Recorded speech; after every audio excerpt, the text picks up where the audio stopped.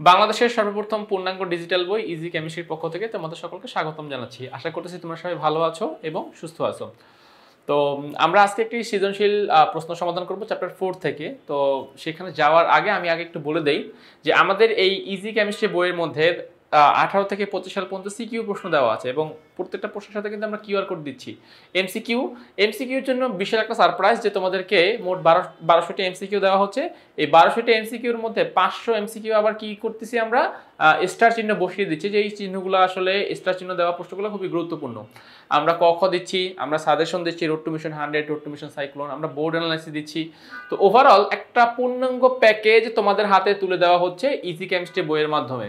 এবং সব থেকে যেটা গুরুত্বপূর্ণ যে বাংলাদেশের এই প্রথম একটি কিউআর কোড ভিত্তিক বই তোমরা হাতে পাচ্ছ, যেখানে বই কেনা মানে একজন শিক্ষককে কিনে নিয়ে যাওয়া। তোমার হাতে একটা বই আছে আমাদের ইজি সিরিজের, তার মানে তোমার হাতে অনেকগুলো শিক্ষক তোমার কাছে রয়েছে।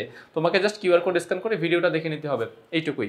ওকে, তো আশা করি তোমরা বইটা কিনবে এবং কেমিস্ট্রিতে ভালো করবে।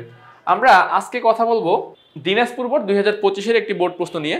এখন দেখো আমাদের দিনাজপুর বোর্ড 2025-এ কি প্রশ্ন আমাদেরকে দিচ্ছে। সো আমাদের বলতেছে তিনটা মৌল এ বি সি। এ মৌলের পর্যায় 2 গ্রুপ 15, বি মৌলের পর্যায় 3 গ্রুপ 17, আর সি মৌলের পর্যায় 4 গ্রুপ হচ্ছে 2। তো আমরা এখান থেকে কিন্তু প্রত্যেকটা গ্রুপের যে কবিতা আছে সেই কবিতার সাহায্যে আগে মৌলগুলোকে আমরা আইডেন্টিফাই করে নিব।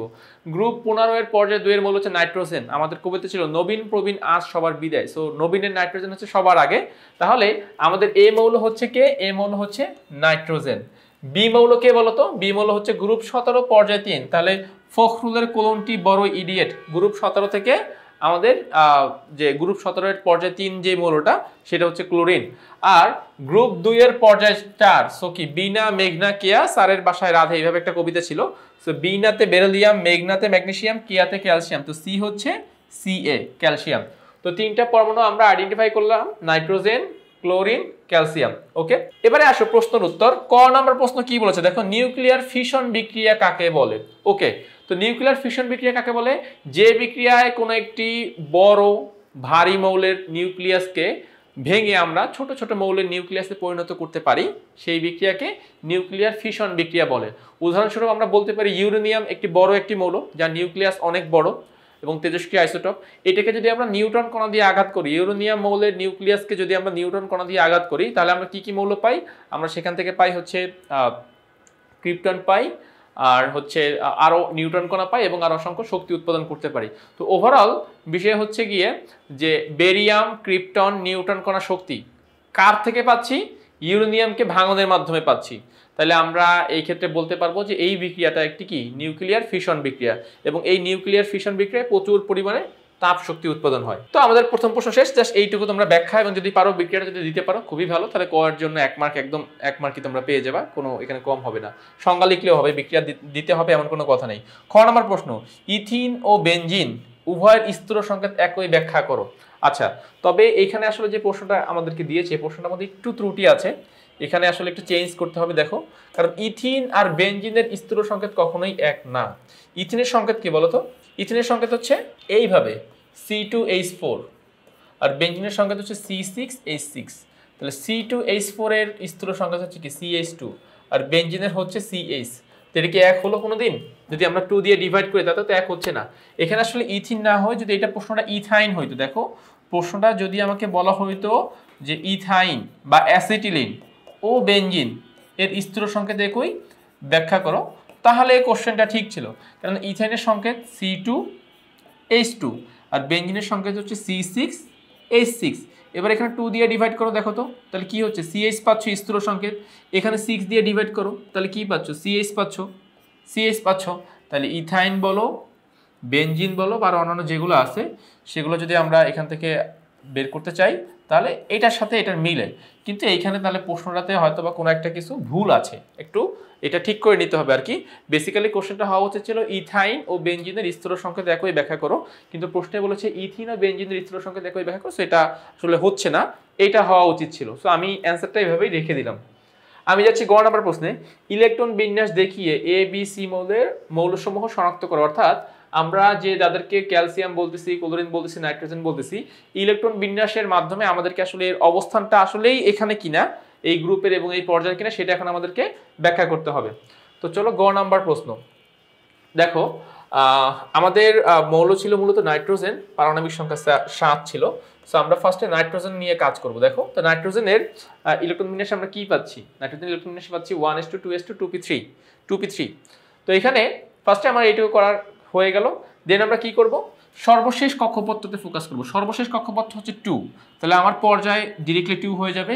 এবং সর্বশেষ কক্ষপথে কি এস আর পি আছে, তাহলে আমরা জানি যে সর্বশেষ কক্ষপথে এস আর পি যদি থাকে তাহলে সেই ক্ষেত্রে আমরা এস এর ইলেকট্রন নিব, আমরা পি এর ইলেকট্রন নিব, প্লাস 110 যোগ করব। সো আমাদের গ্রুপ 15 পর্যায় 2 নাইট্রোজেন। তাহলে মিলছে কথাটা দেখো তো, উদ্দীপকের সাথে মিলছে কিনা, এই যে গ্রুপ 15 পর্যায় 2 নাইট্রোজেন। ইয়েস, প্রথমটার সাথে আমরা মিল করতে পেরেছি। এবার হচ্ছে দ্বিতীয়টা ছিল আমাদের ক্লোরিন, হ্যালোজেন গ্রুপের সদস্য। তাহলে এখানে ফার্স্ট ইলেকট্রন বিন্যাস করো, ইলেকট্রন বিন্যাস করে দেন মার্ক করো সর্বশেষ কক্ষপথ। তো সর্বশেষ কক্ষপথে কিন্তু আমরা এখানেও 3 দেখতে পাচ্ছি। তাহলে আমাদের পর্যায় কত হবে 3।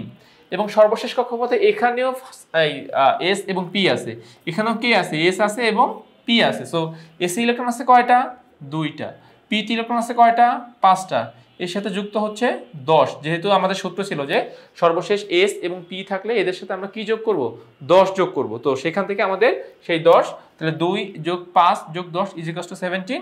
আর পর্যায় কত হচ্ছে, পর্যায় হচ্ছে 3, ক্লোরিনের জন্য পর্যায় হচ্ছে 3। তো দেখো এই যে মিলতেছে কিনা, এই যে গ্রুপ 17 পর্যায় 3। আবার আমাদের এখান থেকেও কিন্তু দেখো আমরা যে এখান থেকে অ্যান্সার করলাম সেখানে কিন্তু আমাদের গ্রুপ 17 আসছে, পর্যায় 3 আসছে। যাচ্ছে সর্বশেষ মৌল সি মৌল, যেটা কিনা ক্যালসিয়াম। তাহলে 1s2 2s2 2p6 3s2 3p6 4s2 electron বিন্যাস কমপ্লিট করো। ইলেকট্রন বিন্যাসের সর্বশেষ কক্ষপথ কত, 4।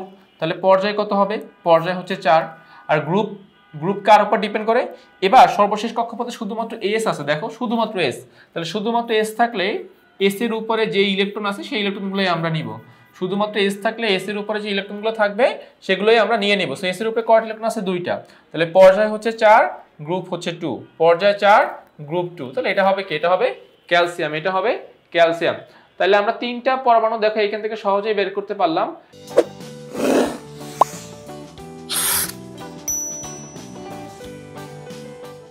একটা হচ্ছে আমাদের নাইট্রোজেন যার গ্রুপ 15 পর্যায় 2, আর একটা হচ্ছে ক্লোরিন যার গ্রুপ 17 পর্যায় 3, আর একটা হচ্ছে ক্যালসিয়াম যার গ্রুপ 2 পর্যায় 4।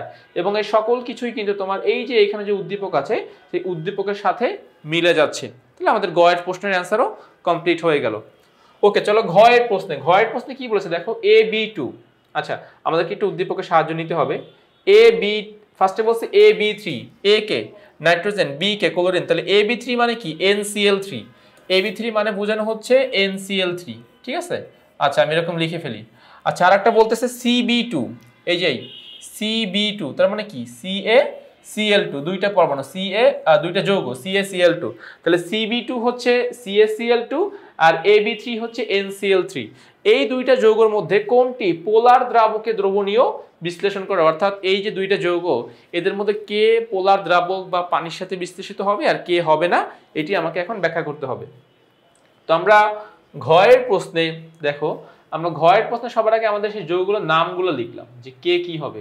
তো ফার্স্টে দেখো এখানে ফলো করো, AB3 হচ্ছে NCl3 আর CB2 হচ্ছে CaCl2। এখন এই NCl3 একটা সমযোজী যৌগ, অপোলার সমযোজী যৌগ আমাদের NCl3।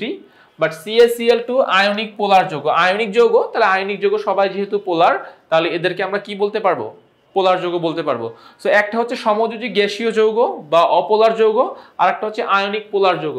তাহলে এদের মধ্যে কে পানিতে দ্রবীভূত হবে, এদের মধ্যে অবশ্যই আমার যেটা পোলার যৌগ সেটা পানিতে দ্রবীভূত হবে। কেননা আমাদের একটা সূত্র ছিল, মনে আছে সূত্রটা কি ছিল, পোলার দ্রাবকে দ্রবীভূত হয়। সূত্রটা ছিল এরকম যে পোলার দ্রব আর পোলার দ্রাবক এরা পরস্পরের সাথে মিশতে পারবে, অন্যরা কিন্তু মিশতে পারবে না।